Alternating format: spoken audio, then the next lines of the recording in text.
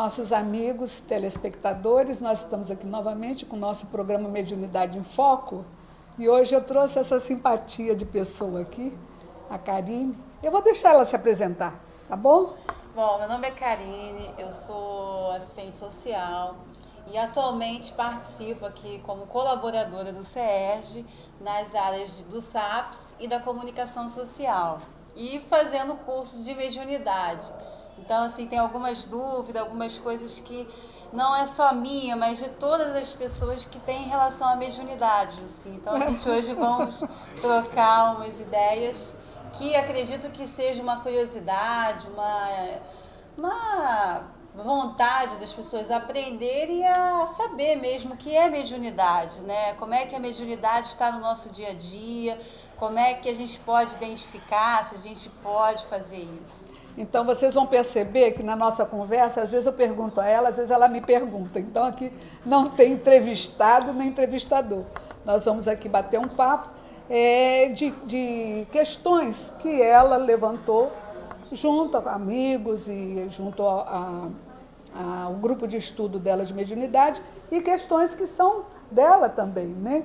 Então, a gente vai aqui bater um papo a respeito de mediunidade, como é que ela começa. Então, Karina, me diga aí, qual seria a sua primeira questão? Assim, a gente percebe que as mídias, né, televisão, cinema, hoje tem abordado muito tema sobre mediunidade. Sim. Sobre pessoas que já morreram, como é que eu posso falar com meu irmão, com meu marido, com meu filho. Então, assim, a gente vê um certo interesse da mídia em relação a esse tema, né? Então, é uma vontade de entender e uma esperança, né, de saber que aquele ente querido, ele não morreu, né? Então, como é que você vê essa divulgação nas redes sociais, na mídia, em relação a esse tema? Você acha que isso é positivo? Isso vai ajudar as pessoas a entender melhor esse fenômeno? Eu acho que sim, Karina, porque a gente tem notado que a mediunidade saiu dos ciclos e dos círculos da doutrina espírita, né? Ela, na verdade, nunca foi propriedade da doutrina espírita. A mediunidade existe na Terra desde a mais remota antiguidade, né? Os pajés, depois os sacerdotes, o hinduísmo trazia o estudo da mediunidade através dos livros védicos. Então, ela nunca foi propriedade do espiritismo, né? Nós temos várias expressões mediúnicas em várias religiões e em algumas práticas, né, como a Umbanda, que traz muito atendimento, né, na questão da cura, na questão dos fenômenos mediúnicos em si. Agora, a mediunidade com Kardec é uma mediunidade, vamos dizer assim, à luz do Cristo, né? À luz do entendimento cristão. Então, é uma mediunidade voltada para o serviço ao próximo. Seja esse próximo encarnado, seja esse próximo desencarnado, quando eles vêm às reuniões conversar conosco. Então, eu sinto assim, que a mediunidade ganhou a maioridade, pediu a chave da casa, entendeu? E já saiu pelo mundo, já é de utilidade pública, de conhecimento público. Então, não é mais, como nunca foi, uma particularidade do espiritismo, embora que o espiritismo seja uma única doutrina que estude profundamente o fenômeno mediúnico. Eu vejo isso com bons olhos, porque vai chegar aquele tempo em que todos serão médiuns, né? Tem uma profecia de Joel, e os profetas eram médiuns, né? Não se conhecia na época a palavra médium, então eram profetas. Então existe a profecia de Joel, e que ele diz assim: vai chegar o tempo, diz o Senhor, que do meu espírito derramarei sobre toda a carne. Vossos filhos profetizarão, vossos anciões, vossos velhos terão sonhos, né? Então a mediunidade será uma faculdade de todos, né? De todos. Uma faculdade assim, patente em todos. Hoje em dia nós temos a mediunidade latente em algumas pessoas. Eu sei que você tem uma pergunta a respeito disso, já estou aí dando gancho para você. Mas eu vejo também, sabe, que a gente tem que se preparar um pouco mais para essa demanda que vai vir de pessoas querendo saber notícias do plano espiritual, das pessoas que já foram, dos seus queridos que já foram. O filme e o livro, né, As Mães de Chico, traz essa experiência de uma mãe que perdeu, de várias mães, mas enfoca particularmente uma criança que faleceu, ainda, o espírito faleceu ainda criança, e ela foi atrás de Chico Xavier para buscar consolação. E Chico transmitiu, né, o espírito transmitiu pela mediunidade de Chico uma mensagem consoladora aos pais, de forma assim irrefutável, né, de dizer que realmente era, porque tratava de coisas da familiaridade dele. Né? Assim, é interessante, né, que a civilização, ela tem muita dificuldade, as pessoas em si têm muita dificuldade em trabalhar com a questão da morte. Verdade. Perder uma pessoa, então, um ente querido. Então, assim, há uma dificuldade, ainda mais nessa parte ocidental, né, que a gente trabalha muito em relação ao materialismo. Como é que a mediunidade pode ajudar essas pessoas nesse sentido? Ajudar a se espiritualizar em relação a esse tema, que é um tema ainda que é visto com muito tabu. Né? É uma questão ainda que as pessoas não conseguem ainda aceitar, né, o que é a morte. Você está falando aí, eu estou aqui rindo porque uma amiga minha disse isso, que da mesma forma que a gente se prepara para ter um filho, a gente teria que se preparar também para perder, aspas muito bem colocadas, as pessoas, né, que partiram para o outro país distante, né? Então, que seria a maternidade e a morternidade. É verdade. Um lugar onde as pessoas se preparassem para falecer.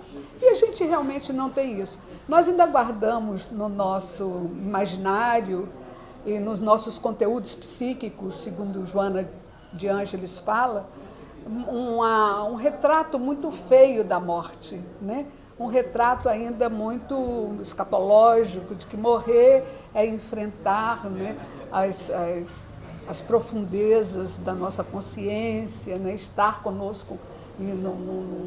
Alguns acreditam no inferno, outros acreditam no purgatório.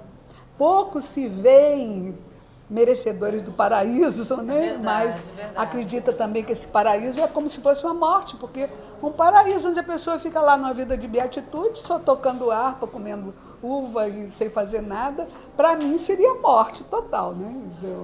Uma coisa de inação, você não tem nada para fazer no paraíso. Enquanto que Kardec dá uma ideia completamente diferente. O plano espiritual é um plano, na verdade, ativo. E o pessoal fala assim, o plano espiritual é cópia da Terra? Não, é ao contrário. A Terra é uma cópia grosseira do plano espiritual. O plano espiritual é feito de belezas. Minha mãe veio numa comunicação dizer que tem flores de uma coloração que para nós é desconhecida, porque os nossos sentidos são muito limitados. Né? Existem cores diversas que os nossos sentidos não captam. Então, diz que o plano espiritual é feito de belezas que é intraduzível para nós. E tem colônias, né, de habitação, e nós sabemos de escolas, de hospitais, de clínicas, de jardins, né, jardins belíssimos. Então, o plano espiritual é feito disso, né, de uma ação muito grande. Quando se tem essa visão, né, do plano espiritual, aí é como você vai fazer uma viagem, né, para Paris, né? Você vai fazer uma viagem para o Chile, é como se você fosse fazer uma viagem para plagas que você não conhece, mas você tem uma boa expectativa, né, de chegar lá e ser feliz, e encontrar alguma coisa nova e bonita. Eu acho que tem que mudar essa foco. Visão, né? E é o estudo da doutrina, não é, Karine? É o estudo da doutrina. Eu acho que a diferença em relação à doutrina espírita é que ela diz o porquê, ela mostra que não é aquilo que se apresenta, ou seja, aquele corpo sem vida, né, que todas as funções terminaram, né, e existe um outro corpo, mas, né, que está vivendo, que está pensando e que está muitas das vezes se preparando para voltar novamente. Para voltar, Deus sabe quando, né? Porque depende aí da programação dos espíritos. E muita gente tem medo da morte, assim, o medo da dor da morte. E a gente explica, gente, morrer é não sentir dor. Acabou. A fábrica da dor, o instrumento da dor é o corpo físico, que tem os seus nexos, né? Suas inervações, os seus plexos de inervação, que forma que se uma formiguinha me picar o dedo, o meu cérebro registra como dor e eu tiro o pé. Então, a máquina da dor é o corpo, porque a gente tem que preservar a vida. Então, a máquina da dor é o corpo. Perispírito e espírito sentem uma dor diferente, sentem a dor moral, sentem a dor consciencial, mas não sentem dor física. Então, no instante da morte, que o espírito está saindo do corpo, cessam todas as dores. Você imagina uma pessoa que vai fazer uma cirurgia. Ela toma um pouquinho de anestesia. Aquela anestesia vai fazer com que se desloque a área de sensibilidade, eu acho que me parece, no córtex cerebral. É um pouquinho de anestesia atuando ali e já fazendo o deslocamento da área de sensibilidade, da percepção da sensibilidade. Já traz um alívio, a pessoa já não sente mais dor. Você imagina o espírito descolando daquela região que é a região preparada para sentir dor, aquela região inervada. Agora, voltando um pouquinho, hoje assim, você assim, percebe, assim, a gente tem surgiu uma demanda em relação a essas mídias, né, sobre esse assunto da mediunidade, seja no cinema, seja na televisão, enfim, seja através de exemplos como Chico Xavier, Divaldo. Você acredita, como é que você vê a preparação das casas espíritas em relação a essas pessoas que procuram os centros espíritas, né, em busca dessa resposta, em busca dessa comunicação, né, com os mortos?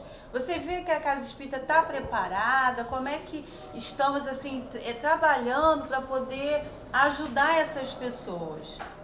Eu sinto que a casa espírita deve se preparar um pouco mais para isso, porque o nosso foco sempre foi, no tocante à mediunidade, atendimento aos espíritos em situação de aflição.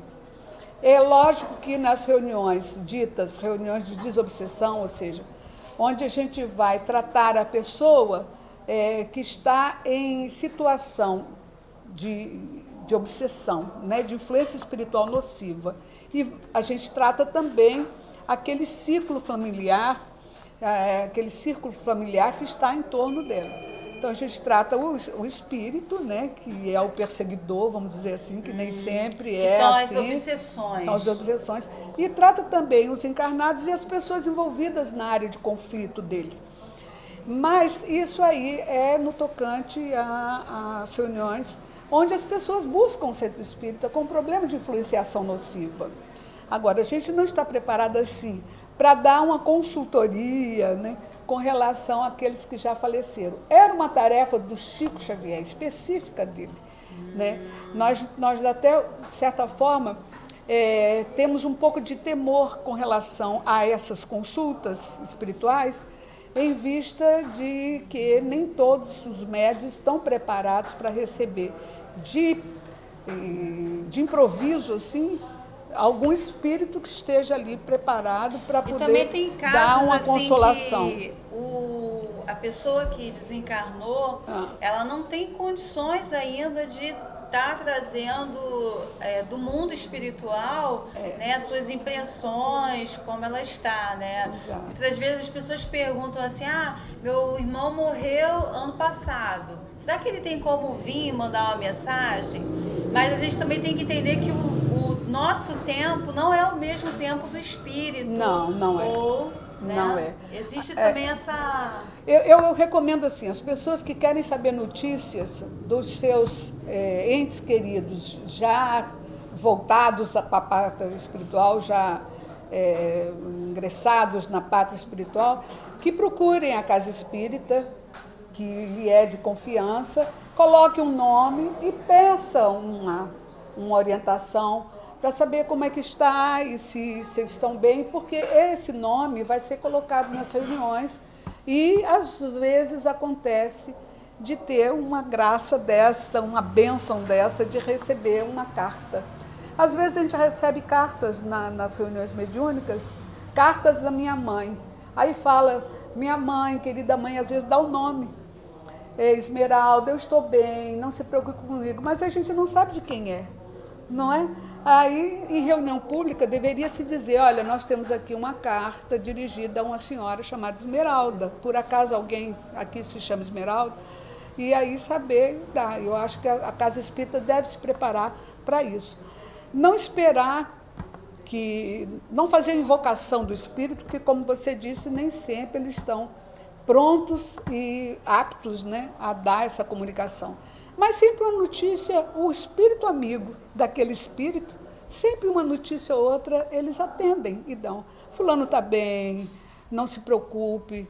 Não é? Eu tive já várias amigas minhas que me pediram, Jucinha, você que está lá com o telefone ligado para o além, me chama de sacerdotisa do além, olha só, brincando comigo, vê se você recebe alguma notícia da minha irmã que faleceu. Teve um caso muito interessante, uma colega nossa, a irmã dela parece que se jogou da varanda do apartamento, era terceiro andar, e ela tinha tido um problema de derrame cerebral e estava com alguma dificuldade de se locomover.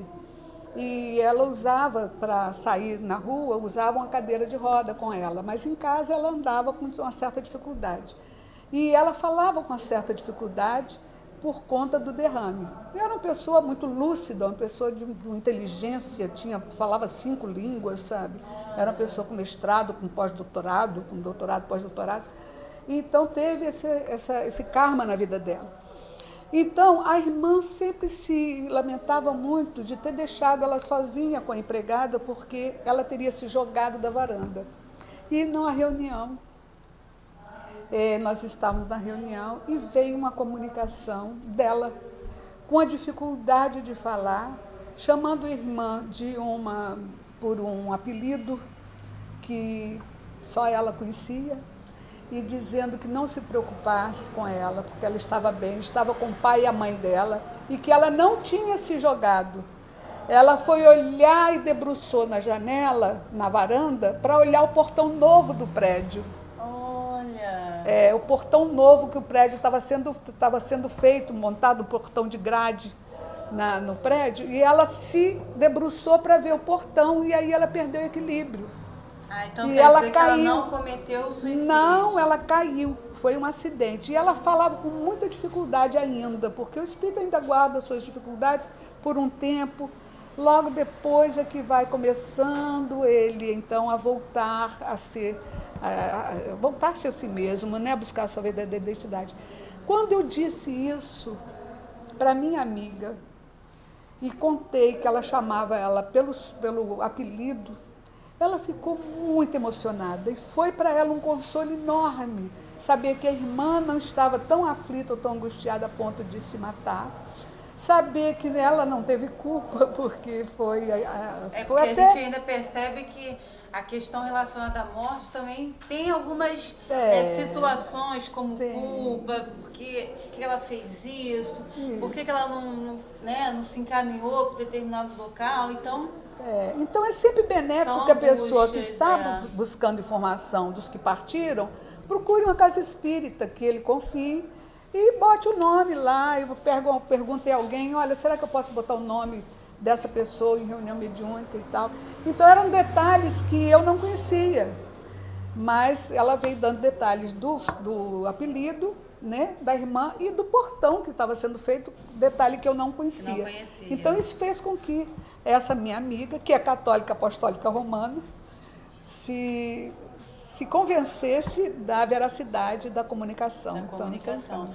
Você até falando, eu lembrei de um livro muito interessante, que é o Memórias de um Suicida, da Ivone Pereira, que ela narra, né, através do espírito do Camilo, narra assim, né, a trajetória de uma pessoa que se suicidou né? E aí conta qual é o contexto dessas pessoas, como é que elas ficam, né, diante de uma transgressão de uma lei divina, né? Então, assim, as pessoas também querem saber, né?